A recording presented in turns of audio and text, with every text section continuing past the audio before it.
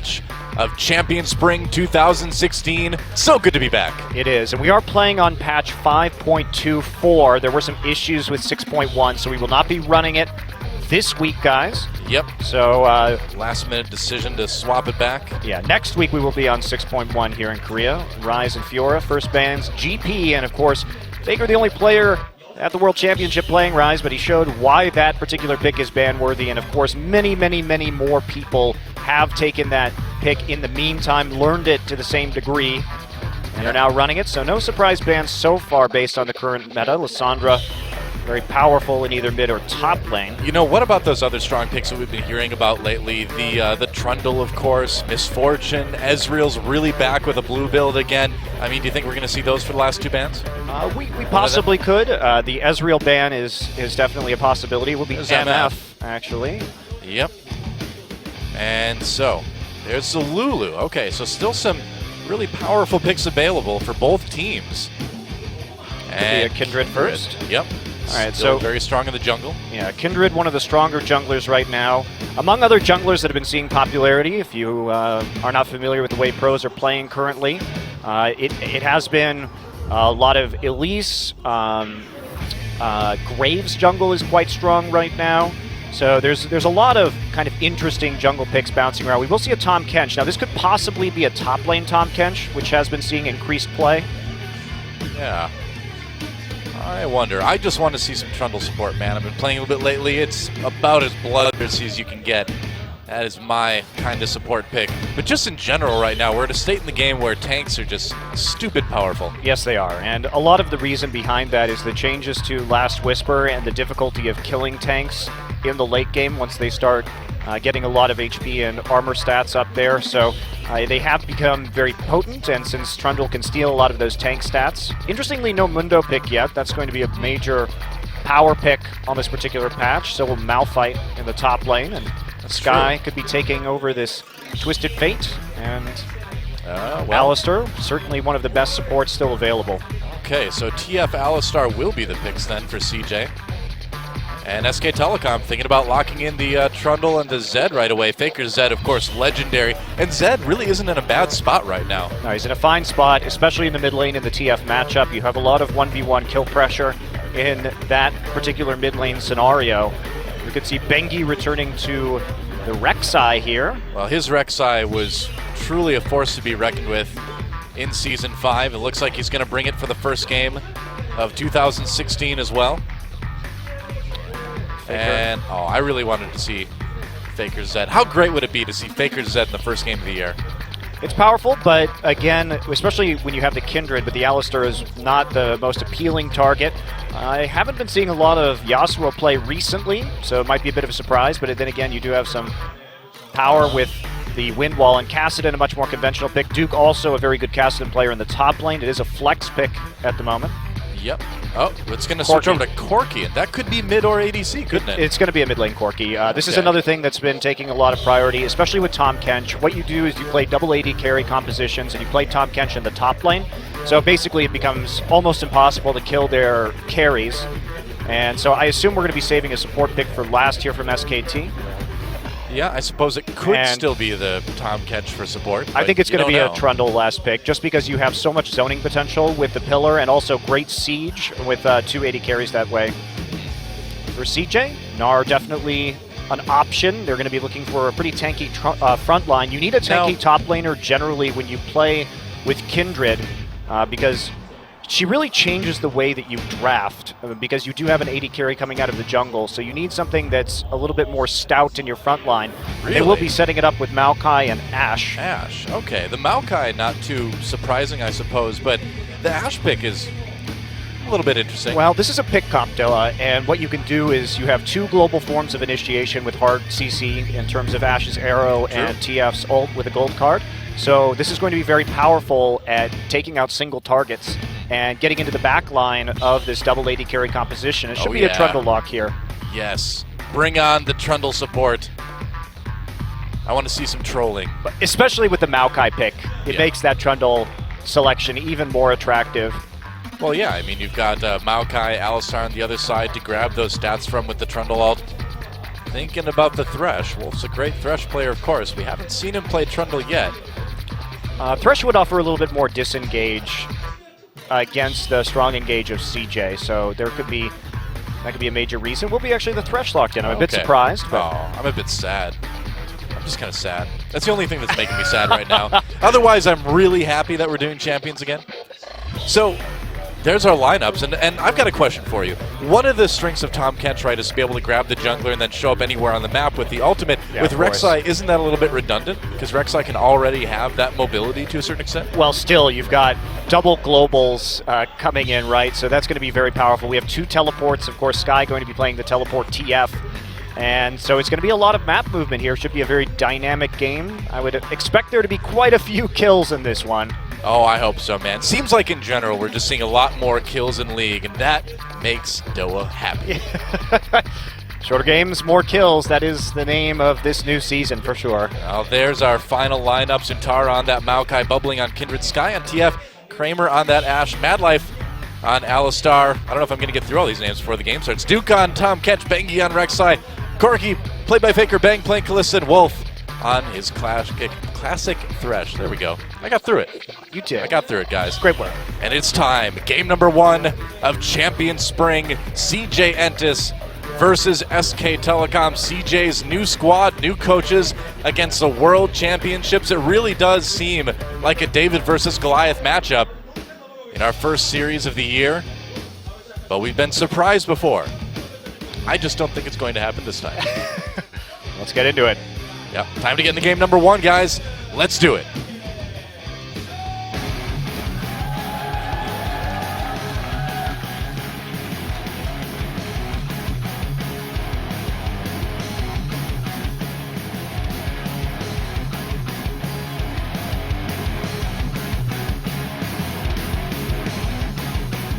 Mother Nature, everybody wants to rule the world. Whoa, check that out. Wow. Well, welcome to Summoner's Rift, guys, for our first game of 2016 here at OGN Champions in Korea, Doha and Monte Cristo. So happy to be back with you guys for another great year of League of Legends, and it will be great as we see SK Telecom's own Faker fresh off the win at Worlds Season 5 in Berlin.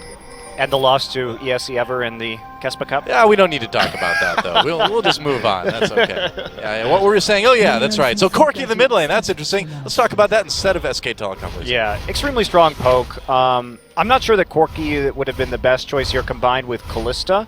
Obviously, you do have strong initiation with the Thresh combo with the Kalista, but in any case, less mobility, less poke, less siege potential, but still very strong. And Duke going to be playing that top lane Tom Kench, something that I had seen him playing in solo queue for quite some time. Yep, Kramer. What's the deal with AD carries? Yeah, he didn't have a very good Worlds performance, actually. He looked like he was having a lot of trouble communicating with his team. Obviously, Korean to Chinese communication issue could have been rearing its head right there, but he did get replaced by NL after a time in the World Championship, but just looked a little bit uncomfortable. So we'll see how he performs now back on a wholly Korean lineup. So that's poke damage there. The wholly Korean lineup. You sure? It is CJ. Well, I guess they do have Madlife. Yes, so they do have Madlife. God, what are you talking about? All right, it is a wholly Korean lineup. All right, I agree. You won me over.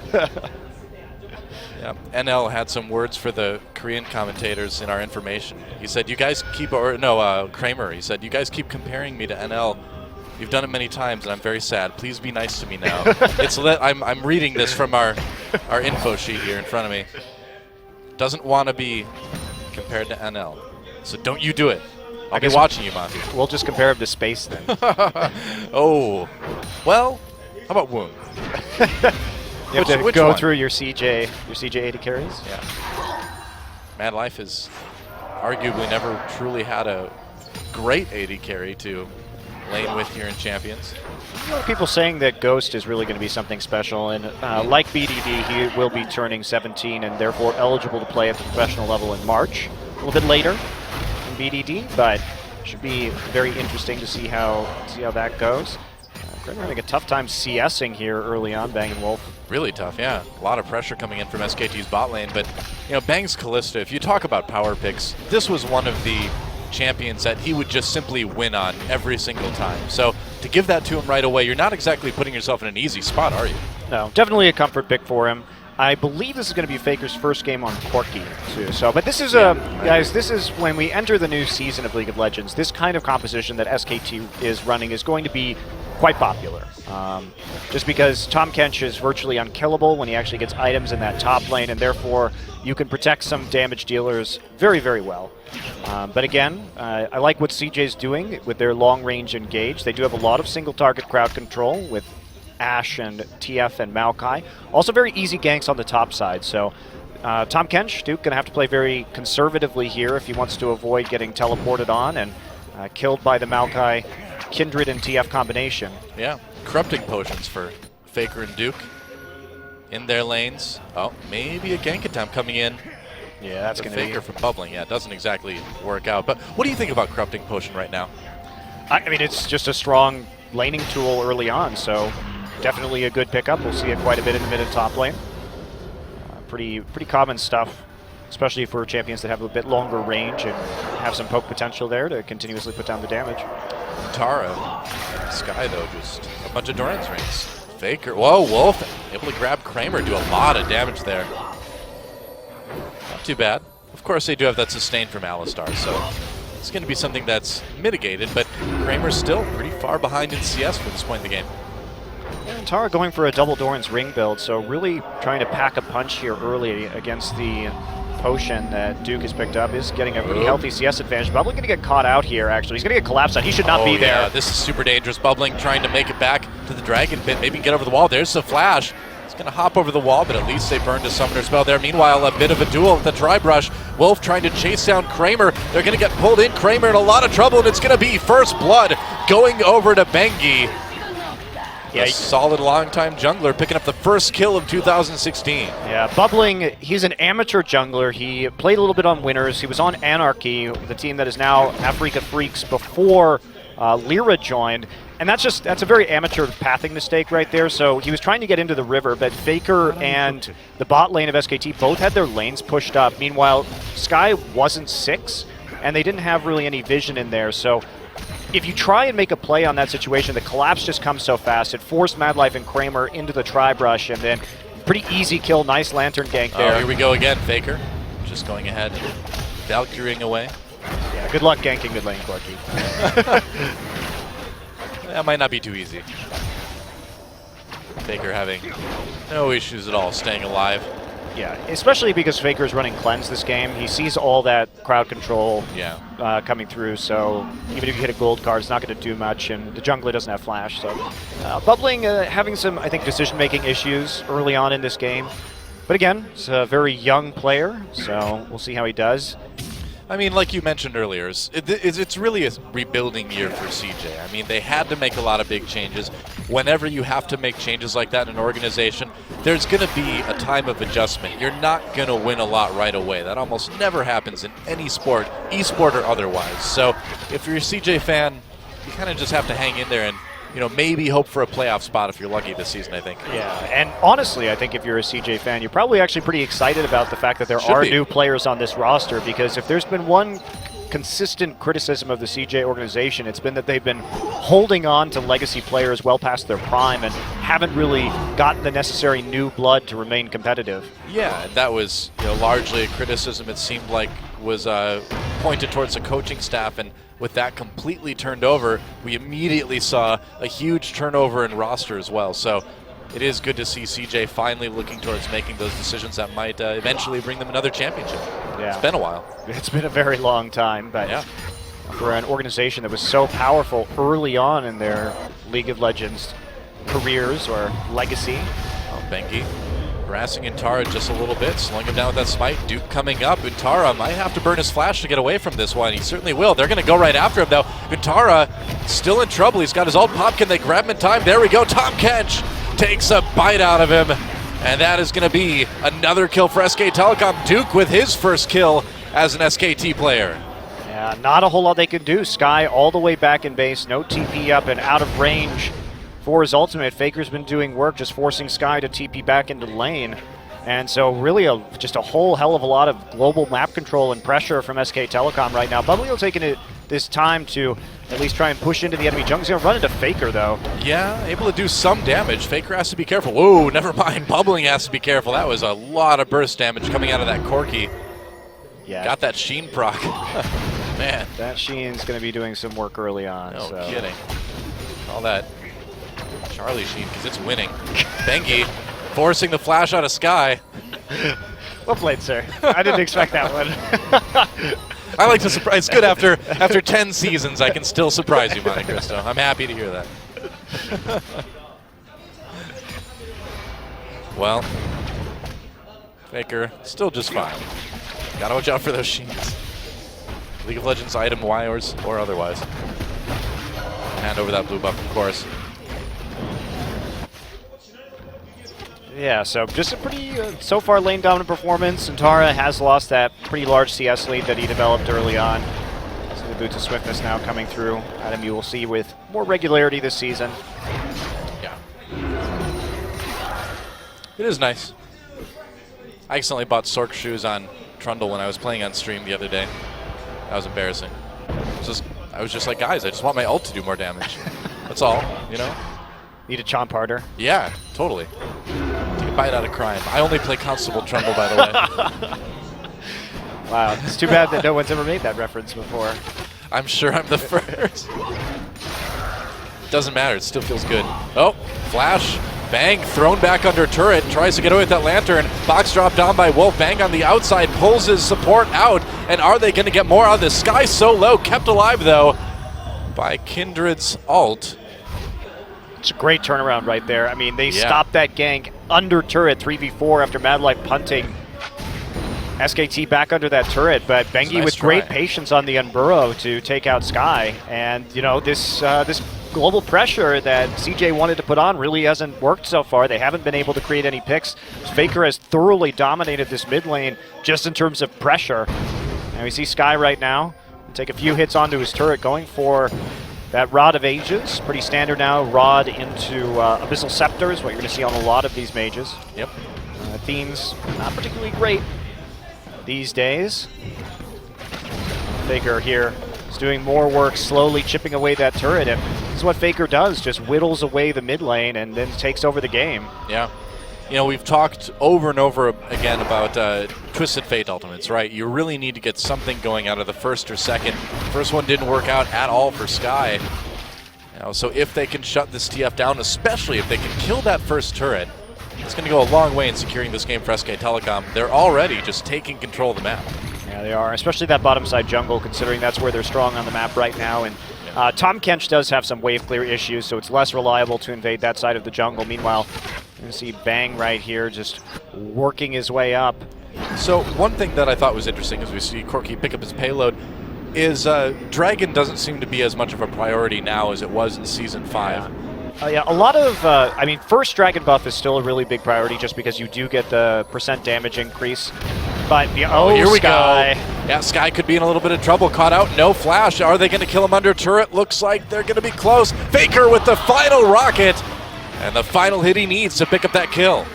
You have to be so careful when Corki comes back to lane, because if there's a jungler there like that, he can just ambush you from beyond your screen of vision, basically. So you have to play very cautiously whenever Corki comes back in the map with that payload, and that's the reason why right there they made it look quite easy. I mean, SK Telecom making this game look quite easy. Not bad. And it looks like we can see vision from each team at the same time, actually. That's interesting. That's new. Yep. Huh. Yeah, good stuff. So, cool. Excellent little change. You've got tons of little observer tweaks, as we saw, coming through this season. So, another objective that we should probably talk about, being that it's the first game of the new season and all that, is the Rift Herald. Not a huge priority that we've seen in various games on the preseason patch so far, but do you think that'll maybe change at some point? It needs to be buffed, or I suppose depending on how you look at it, nerfed, because right now it just does so much damage that it basically forces a recall whenever you take it, and you lose a lot of time and map pressure that way.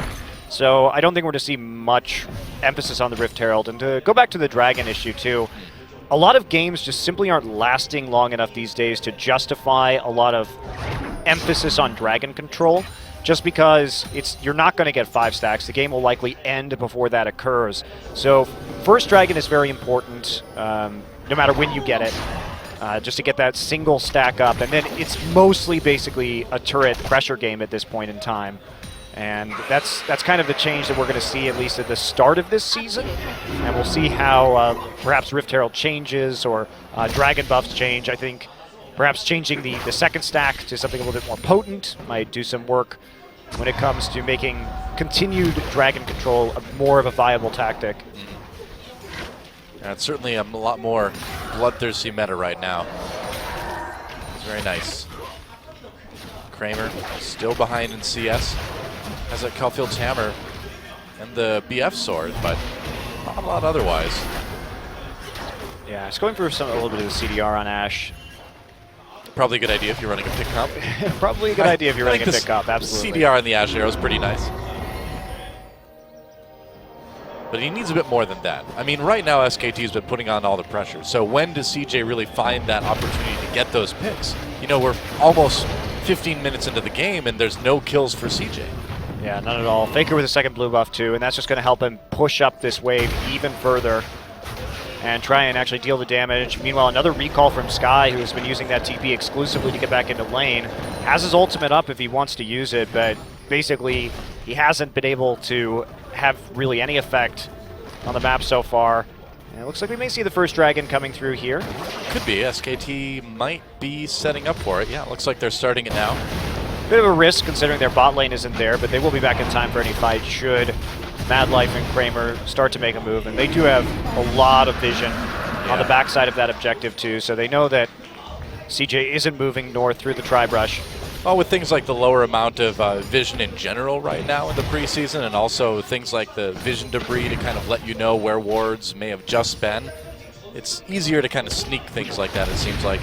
Yeah. The continued harass of the mid lane and the taking of the jungle. Great vision control so far from SKT. Vision, of course, changed dramatically, so you do have to be more deliberate and precise with vision these days because you simply will not have as many wards or as much of an idea of what's going on the map. So it has made it very interesting and more methodical in the way that teams approach objectives and approach pressure. Yeah. So I think it's a good thing. Well, to a certain extent, too, it's kind of a jungler's paradise right now as well because you just don't have as much vision to use in the early game to keep track of where people are. So ganking gets a little bit more often and a little bit more successful, and all of that contributes to quicker games. Yeah, absolutely. Bubbling still going to be running the tracker's knife here, so does have a few more wards. Bengi opting for a Sightstone this game to make up for it. And that's going to be a major factor. Pretty much all the new machete upgrades are being used. Oh, here we go. Action down in bot lane. Wolf could be in trouble. Teleport coming in from Fly in the mid lane. Bang getting very low. Looks like CJ may get their first kill. They will. Finally taking out Bang.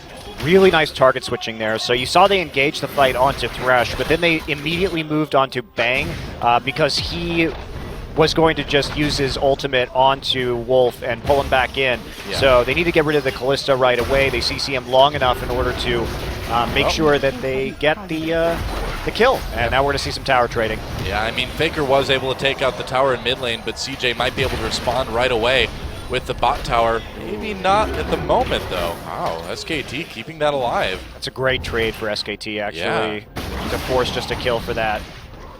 Wow. I was not expecting them to be able to save that, and we may have a bit of a dive. As Faker comes in, Nutara on the run already. Corki does so much damage these days. He really does. Has that Trinity Force, has those Sork shoes, and that's going to be another turret for SK Telecom, most likely. So 2 turrets right there for 1 kill. SKT absolutely just playing again the wave advantage they had on the map, and Faker with that fast Trinity Force is a tower menace. This is one of the things, too, that led to that championship win at World Season 5, is that you may be able to gank somebody somewhere on the map. You might be able to get that kill, but everyone else on the team is going to take every advantage that gives them. Yeah, and Bubbling really has been essentially a non-factor this game. Yeah. Did get the 1 assist, but he just hasn't been in the right place at the right time. Bengi has been reading him like a book, and now package going to be here, and that is a long way. Bengi already set up. Oh boy, Sky just going way too far up in lane without the vision to keep him safe, and Faker and Bengi pick up a pretty easy one. It did not look difficult at all. Wolf pulled in to keep him away from the gank down in bot lane. Bubbling tried to make a play there, but like you said, Bubbling just not really able to make anything happen this game. Definitely a silence of the lambs situation. It is definitely a silence. It's not doing a whole lot. It puts the potion on its skin. Yeah, or it gets the ward again. Oh, Faker could be in a little bit of trouble here. Madlife with the pulverize for the knockup. Bengi coming down to save his teammates. They're going to pull Madlife into the box. Who caught who now? Ash is still trying to do damage from the outside. Untara comes down with the TP to try to make a difference. Low health members everywhere, but so far no deaths until right about now. Untara goes down. Duke with a kill there. Bubbling jumps in to try to help. Lamb's Respite keeping people alive for the moment, but it doesn't stop Faker from picking up another one. Now Kramer on the run. He needs a door to go through really fast or something, but he has nothing. Another kill for SKT, and that is going to be a near ace. It is an ace as they catch Sky.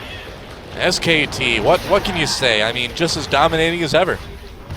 That was very well executed, Wow. just coming through. Duke, actually, we talked about his teleport usage, but he shows up at the right time and tangles up their backline, so they can't really engage on that fight. Meanwhile, just great kiting from Faker, using both of his summoners to get out of a Maokai route. Let's take a look at this. Faker playing very aggressively onto Madlife right there, and then just taking the Lantern out. Maokai's going to come in, and we will see Faker here. So it's a nice TP actually from Untara, but it'll just be root straight into Cleanse Flash instantly. And take a look at Duke right here, just coming back onto Madlife, and there's not really much that they could do. Untara, the first target. Wow. And we do see the Kindred ult coming down, but it's not going to do a whole lot. As the heal pops in at the end, Faker just saves his burst damage to deal with Kindred as soon as the ult is up. So very impressive by SKT, and they take a 7,000 gold lead here at 20 minutes. Yeah, you have to imagine that it's not going to take too much longer for SK Telecom to finish this one off. Yeah, Baron's up right now. They have Corki and Kalista to take Baron. Oh boy, Madlife trying to escape here, but Faker's still there doing a lot of damage. There's a flash, but it's not going to save the Battle Cow. It's taken out. And SKT, I believe they stole away the blue buff too. I don't think anyone got that. Yeah, it's going to be a Baron. Yeah. Madlife didn't actually use his ultimate right there for some reason. Huh. I'm a bit surprised by that, because if he dies, then the Baron is definitely going to be incoming with the Kalista securing the damage that they have. Right. Well, CJ wants to try to stop it. Sky coming in. There's an arrow onto Bengi. Not the person they wanted to land that on. Bubbling on the run right away. Untara comes in to try to break up the backline. Sky with another gold card over onto Bengi. But SKT just taking apart this fight so easily. Backing off that Baron, not having any trouble at all, shifting focus to winning this team fight. Yeah, CJ actually only lost one member for stopping that Baron, and they're going to get a tower off of it. So that was actually a pretty successful fight for CJ as far as staying in this game goes. Might have bought them just a little bit of time, and now Faker's not going to have that same pressure in the mid lane that he had before. So if they can transition this into a dragon immediately, they may be looking at some strong plays. But here we go. That is going to be sensed out by the crab there. Yeah, well, it looks like Tom Kench coming in right away. Duke just coming in by himself. Dragon very low. SKT gets basically a free dragon. Oops. Well, what can you do, really? I think they had to go for it, see if they could get it, and try and take some form of advantage. So I don't think you can really blame CJ for that one. You see Duke right now just building a ridiculous amount of defensive stats, and unfortunately for CJ, they don't really have a lot of damage. I mean, Sky is still going to be stacking up that Rod of Ages, not fully there yet, and meanwhile this Ashe not going to be doing a lot with only a completed Essence Reaver right now, so there's really no way for them to kill Tom Kench. It's not looking good for CJ, quite obviously. Not really. I have to say, so far in this first game, Duke seems to be fitting in pretty well on SKT. Yeah, I'm surprised. He really is coordinating well with his teammates. Looks a bit more comfortable, at least in this game, than he did on Najin. Only his first game of the season, though. That's very true. We have not the biggest sample size in less than one game.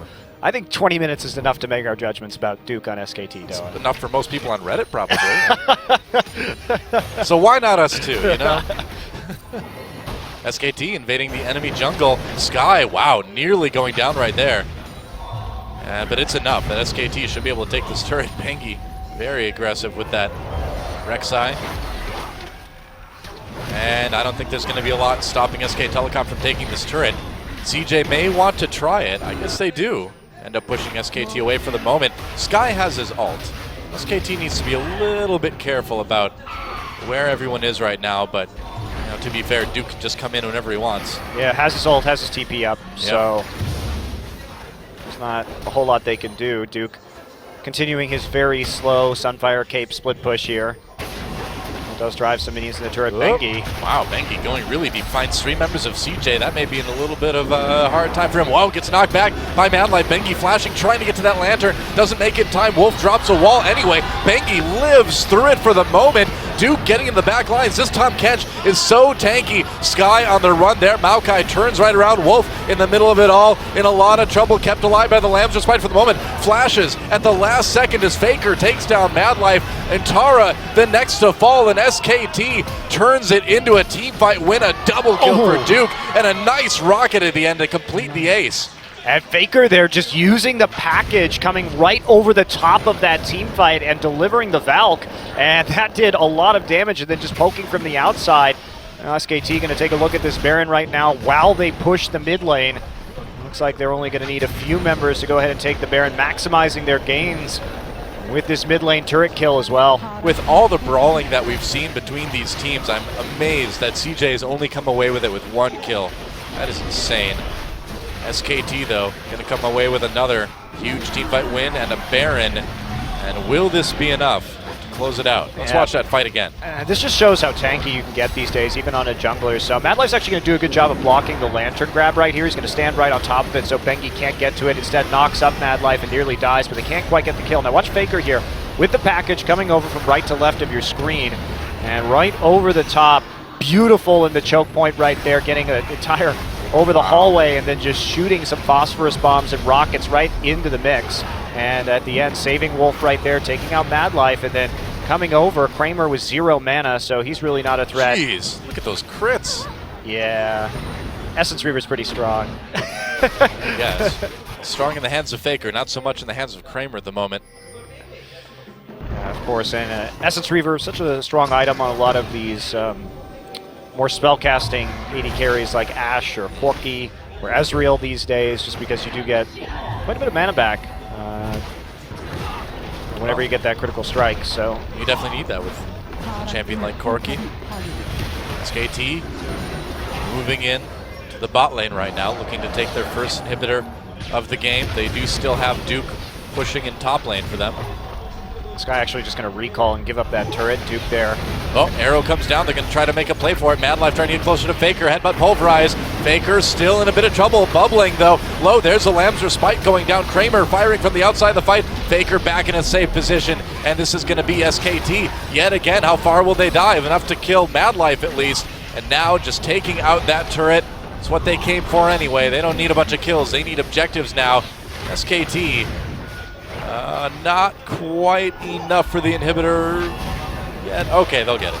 Yeah, turn around right after that. Too scary. Yep. Yeah, Duke's going to regain a little bit of his health that he lost while he was going for the turret tank. Yeah, let's push it up. They're not going to go any further than this. Time to back off, for sure. Right. Well, that's what you call a successful push. That is what you call a successful push, and should be pretty easy. 17-1 in terms of the kills for SK Telecom. And this has been pretty damn convincing, Doa. I would say so. 7-1 in terms of turrets as well. 2 dragons to 0. Basically, Baron on top of it all. We're 1 kill and 1 turret away from this being a perfect game for SKT. Yeah. That's very close. Very close. I mean, it really says a lot about both teams, right? It says that this is still the World Championship SK Telecom team, even if they do have a new top laner. It says this is indeed going to be a rebuilding year for CJ, you know? It really is sort of what you'd expect, looking at this matchup on paper coming into it today. Absolutely. But it's still fun to watch. I did not expect Duke to be this synced up with the rest of SKT, though. Really, his teleports have been pretty good so far this game. Especially that last one coming in right for the front line, doing a good job of tanking up that turret while they finished it off. And he looks very coordinated. You have to wonder how much of that was just simply being on Najin. You know, last now season. we wonder that. Now we do wonder that, yeah. But the fact is that when Najin won a game in 2015, 90% of the time it was because of Duke. So you take that guy out of that team, give him some good teammates, and it looks like it's working out pretty well in the first game anyway. I mean, he did win the spring MVP, and it wasn't like his team was winning 70% of their games or anything like that either. So when they won, he almost always got that MVP. You see Bengi doing quite a bit of damage right now. Yep. They're just going to move on through. It's a very methodical closeout, but again, a quicker game. They've already lost a Nexus turret. Looks like they may lose the rest soon, as that's the final inhibitor for SK Telecom. See, they should just put on the pressure right now and go ahead and close this one. No real need to back off. Yep, health looks good, cooldowns look good. The power is certainly there for SKT. CJ, one last frantic team fight opportunity maybe.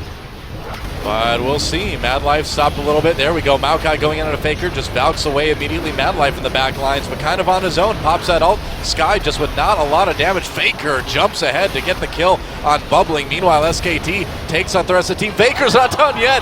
Taking down Kramer in the fountain.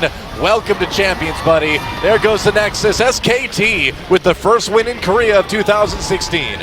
Incredibly clean game. You can see SKT really...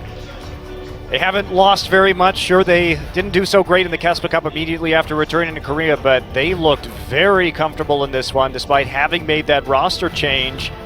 Really firing on all cylinders. A very, very impressive win. Yeah, looked really solid. It's got to be a bit frustrating for Mad Life especially. You know, you've played for so long. Now you've got this whole new team to try to whip into shape. See if Drill Instructor Mad Life can handle it. But again, if you're a CJ fan, even though it's tough right now, this is the kind of change that needed to happen